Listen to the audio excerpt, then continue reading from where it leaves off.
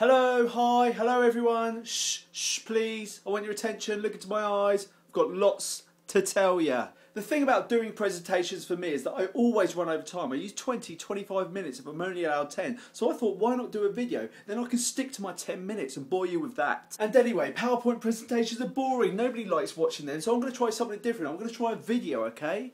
That's not to say that any of the ones that have been presented today are boring, okay? So here we go. Spread out across my glass oval table and my computer over there is all the research that I've been doing, the presentation that I'm going to give you.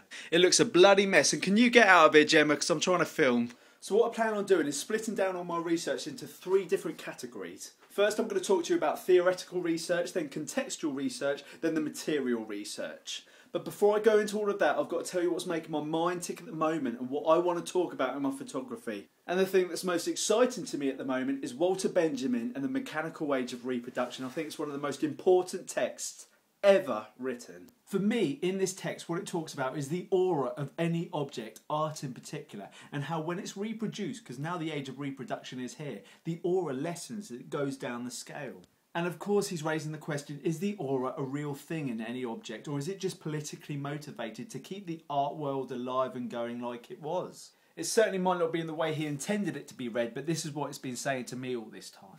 We're looking at my computer screen now, and perhaps for me the most obvious example of any object with an aura and how it's represented is the Mona Lisa. And this is a picture of it in situation in the Louvre in Paris. There's this great demand to be there in Paris, close to the original, the incredibly famous, incredibly expensive original Mona Lisa picture. And then it gets reproduced in certain ways. It gets reproduced onto posters, other paintings, other massive artworks, pop art, etc, etc, the list goes on. Just like Marcel Duchamp showed us with that Tash picture that he drew. This is it here, LHOOQ, quite famous as well. But even so, nothing comes close to being there with the original object, because there is a loss of quality as it gets reproduced from the original. So wow, yeah, reproduction, it's always been around, but mechanical reproduction made something different. But now there's something new. There's digital reproduction, and that's where my mind was. It's still reproduction, but there's one major difference that I'm going to try and explain to you now, and that's what I had a problem with. Here you see online is a set of pictures that I took in Spain over the summer for my summer project. Some of you may have seen these before. They're photos taken during the parties when they had the running of the bulls on earlier in the summer. I used a digital camera to take these photos, which I'm pretty proud of, and I've uploaded them to Flickr so other people can see them on their computer screens. The key word there is digital, and the reproduction of these digital images, because when you reproduce a digital image, you're reproducing exactly the same thing, no change at all.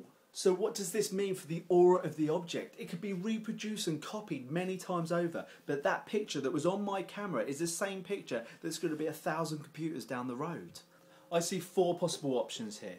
Was there any aura in the first place? Has the aura been lost as it's been reproduced? Has the aura been multiplied, or has the aura been split as it's been reproduced? And trying to figure something like that out makes me want to headbutt the wall. So let's have a look at some of the text that I've read or have been reading to get my head around this subject.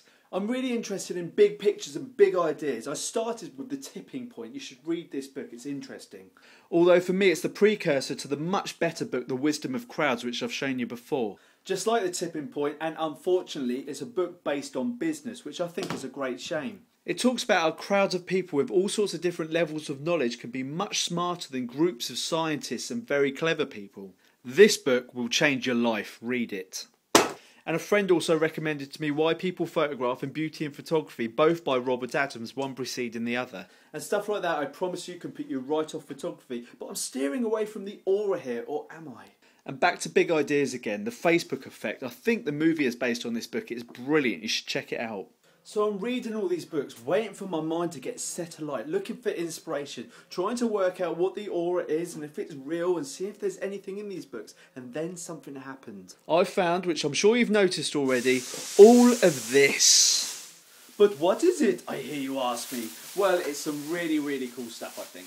I'm not entirely sure if I should have picked this stuff up, but I did, and I took it home and I left it on my kitchen worktop for weeks. And you know what it is? And this is pretty scary. Some of you know already. It's student ID cards, the offcuts. A few weeks ago in university, a company came in to make all the student ID cards, but they left all this hanging around in the corridors. It's really quite amazing, really. Does anyone know someone called Claire Kennedy? That's her student ID card right there. And it's simply the CMYK colours. What am I going to do with this though? It's sat there on the kitchen table, in this box actually. I'd walk past it every day knowing there was a project there somewhere, but I couldn't link it to the aura properly. So what I just did, I just started working on it. Bear with me, I made a few notes here. The obvious issue of data safety. A lot of people saw that and they're like, oh my god, that's naughty. The company shouldn't have done that. They could get told off and stuff. But I've never really been worried about the safety of people's identity and data. I heard a great quote on the television the other day. It said privacy was a relatively new invention. It's true and I agree, and who knows how long it's going to be around for. Who knows how long people are going to care about privacy with digital everything. Let's move these books out of the way for the moment. So I'm going to rush on to the methodology now. I took these strips into the darkroom to see what I could do with them. I started with simple photograms using the coloured ticker tape, which I'll call it for now. And by giving it a flat appearance like doing a contact sheet, this is what I was getting. There's no need for me to tell you that the colour goes opposite on photographic paper. The black goes white, the blue goes red, the purple pinky stuff goes blue. And I started experimenting with stuff like that. You can see little faces appearing here and there. I'm really going to rush through the development of my methodology at the moment to see where I was going and see what artists could be influencing me. Because you're in pitch black in the colour darkrooms, mistakes are bound to happen like that. And it was that little curve there, it started making me look at it a whole different way. I no longer wanted to reanimate these cards. And this is as far as the obsession took me to reconstruct the ID cards. It got really boring, you know. Everyone's got the ID cards already. Why did I want to reconstruct them and make them and reproduce them again? I wanted to have more fun. I wanted to make something else. So what I did, I took the photographic paper and I just laid the stuff on top of it like that. I tried loads of different experiments with the filtration to how much light was going through to the f-stop, everything. And these are the results I started getting, and I was fascinated by them, the colours and the shapes that were appearing. Every single one of them was beautiful. You could see things in them. They were totally flukes, every single one. And you were able to pick out some of the ID cards on them still. But 10 by 8 wasn't big enough. I needed it much bigger, so I got some bigger paper. I had to be really careful with this size paper because it's very expensive, and it was complete luck. I had to use a huge enlarger to do this. It's 24 by 20 inch paper, but I got the desired effect. I got a bigger frame. And then came along the next phase, my argument with Joe Longhurst and Suzanne Mooney. It was a really good couple of lectures actually. I enjoyed listening to their practices and stuff, but what I took away from it was their first as photographers to break out of the traditional confines held within photography. They were clearly experimenting with different ways of taking their photographs, circle photographs, different way horizons were taken. Do you remember? I'm not going to go into it now, but my argument was if they really want to change within the confines of photography, they've got to take a step back and look at the way the light is recorded in the first place. Light from this room goes into the camera through the lens and hits the plate on the back. That plate, that negative, whatever it is, since the beginning of time for photography, has always been flat. Talking with Eileen, this idea seems to be born out of Renaissance painting, but why does it have to be flat? Why can't it be curved like our eyeballs? To be honest, I think I took more away from that conversation with Joe and Suzanne than they did.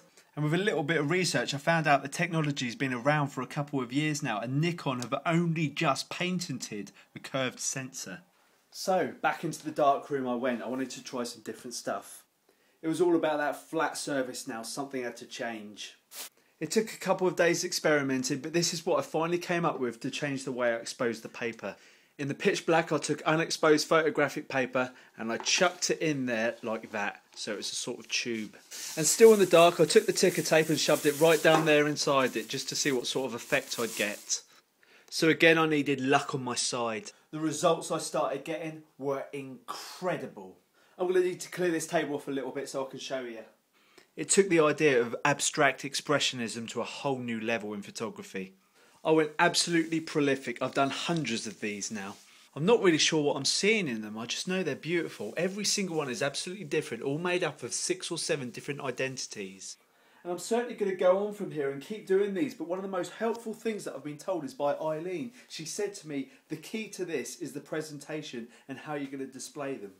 I'm getting really bloody tired. I'm going to show you that at the end of the video. For now, I'm going to show you inspiration from artists.